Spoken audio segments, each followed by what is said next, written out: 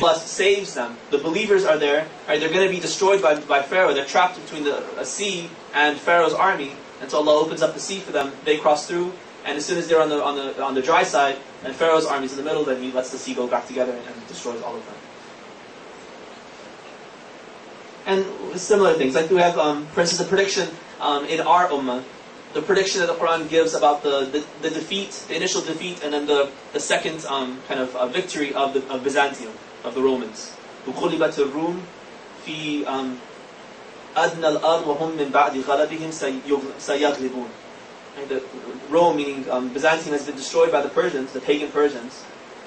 But after several years, then they'll come back and they'll defeat the Persians once again. So it's a prophecy that was made, and the prophecy was there to strengthen the Muslims. Because when they see that the prophecy comes true, then it makes them believe that yes, the Prophet is really a prophet of God, because he knows something, that he predicted something and the prediction came true. Alright, so we have, this is the 3 categories of miracles so far. The reason I'm going through this is because I wanted to explore what kind of miracle is this that these people are asking for. And what purpose does this miracle serve? Okay, so it's none of these 3. They're not kuffar.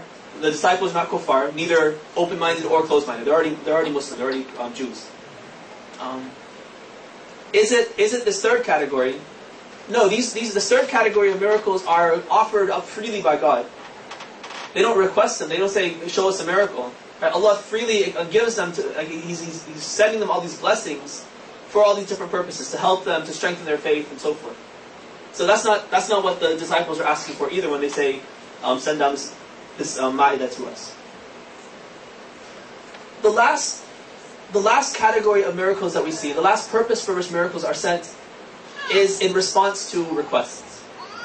Sometimes people request a miracle and say, show us a new miracle, right? And in response to that, God will either show it to them or not show it to them. Even this is of 2 categories, right? Because when people ask for miracles, in a lot of instances in the Quran, we find that people asked for miracles when they had no desire to change their opinion if they did see the miracle. They'd already been shown miracles and they hadn't budged. And they're making up excuses for themselves. Like, one more verse. Send us another book like this book. Right? Like, do another trick. Basically it was like, do another trick, let's see what else you have up your sleeve. And we still don't care. No matter how wonderful that trick might be, we're still not going to believe. And that was their attitude. And so when that was their attitude, then Allah refused to show it to them. He's like, look, you already have the best miracle in front of you, and you're blind to it. Why am I going to waste my time and send you another one? I'm going to focus on people who are open-minded, are going to accept the truth. I'm not going to focus on you. A couple of samples of this kind of interaction. In Surah Al-Furqan, chapter 25, verse number 21. وَقَالَ الَّذِينَ لَا يَرْجُونَ لِقَاءَنَا لَوْلَا أُنزِلَ عَلَيْنَا الْمَلَائِكَةُ أَوْ نَرَى رَبَّنَا. And those people who had no expectation, no expectation. They had no expectation that they're ever going to meet their Lord. Right? They don't believe in God, much less a judgment day. Right? Such people, they would say, why doesn't an angel come down to us? Right? Well, it's a prophet. He's a man like us. I could be a prophet. Right? If God's really powerful, He'll send down some supernatural being. We want a Superman to come down. A prophet's just like us. He's a man like us, and we're not going to believe in him. If God will send down an angel, then I would believe. Right? Or they say, well, God, we can't see God. You want us to abandon our idols? They're beautiful. We carve them with our own hands. Our idols are beautiful. Your God's invisible. We don't even know if He exists. Right? Show us your God. We want to see Him with our own eyes. If we see Him, then we'll believe.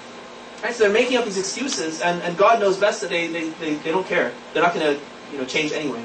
لَقَدْ اسْتَكْبَرُوا فِي أَنفُسِهِمْ وَعَتَوْا عُتُوًّا كَبِيرًا. By doing this, they're showing this arrogance, this pride that they have inside, and they don't want to budge at all. Another example is also in Surah Al-Furqan, chapter 25, verses 7 and 8. وَقَالُوا مَا لِهَذَا الرَّسُولِ يَأْكُلُ الطَّعَامَ وَيَمْشِي فِي الْأَسْوَاقِ. What's with this prophet, they say? He eats food, and he walks around in the bazaar like we do. And what kind of prophet is this? If he's like us, then what's the difference between him and us? They say, لَوْلَا أُنزِلَ إِلَيْهِ مَلَكٌ فَيَكُونَ مَعَهُ نَذِيرًا. And why doesn't an angel come down with him? We want to see the prophet with an angel flying around him, and then we'll believe. أَوْ يُلْقَى إِلَيْهِ كَنْزٌ. Or he just has some bring a big box of treasure and show us how, like, the treasures that he can produce. Right? If he has a lot of money, then we'll believe in him. Or at least if he had some land. This is a poor prophet. He doesn't even have any land. If he had some gardens, some places that he had a big kingdom, right? Then we'd believe in him. He'd have some credibility with us. He's a poor man. Like, he can't be a prophet. He's no better than us.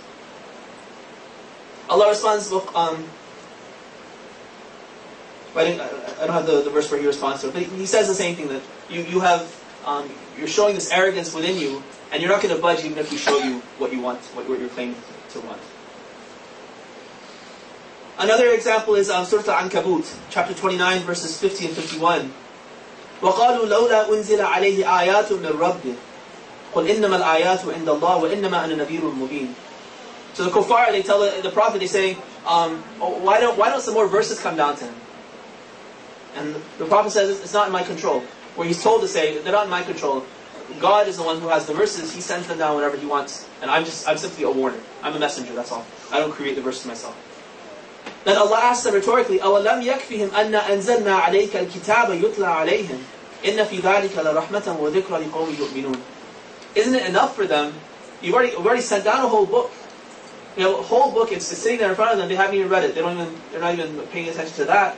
Like, why do they want one more verse? One more verse isn't going to make a difference for these sorts of people. Okay, so what do we have so far? We have four purposes for miracles. One was for kuffar with an open mind. One was for kuffar with a closed mind. One was for believers to strengthen them, but offered up freely by God. The fourth category was where people request a miracle and say, give us one more miracle. And then if they were like this, like these examples I just gave you, where they're stubborn, they don't really care anyway, then Allah refuses them. He says, no, I'm not going to give you anything else.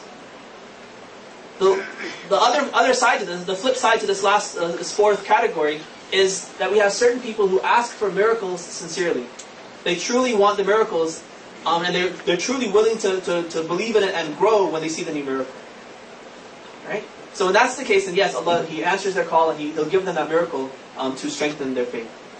One example of this is in Surah Al Imran, chapter 3, verse 41.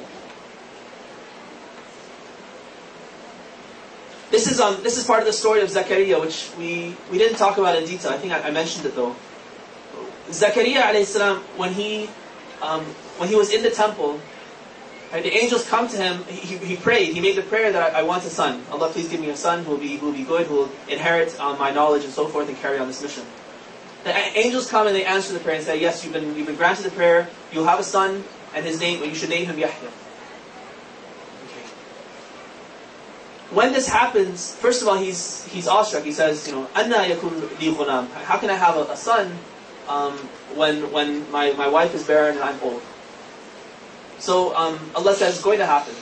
He has power to do it. He can do whatever He wishes. It's going to happen. Then He says, "Please give me a sign." Right? Rabbi ja'al li ayah. This is in chapter 3, verse number 41. Rabbi ja'al li ayah. قال آيتك ألا تكلم الناس ثلاثة أيام إلا رمزا. So the angels say that your sign is, and he asks for a miracle. The miracle that comes is that you'll no longer be able to speak for 3 days. For 3 days your voice will go, you won't be able to speak. And this sign is there to show you, like in a supernatural way, that yes, the promise of God is true, and whatever He said is true. Okay, so for 3 days he's not able to speak except by sign language, so he has to go out and tell people this using signs. So that's one example of this. He's requested a miracle, but he's not like his kuffar. And the kuffar were stubborn. No, he's not stubborn. He's already a prophet. He's a prophet.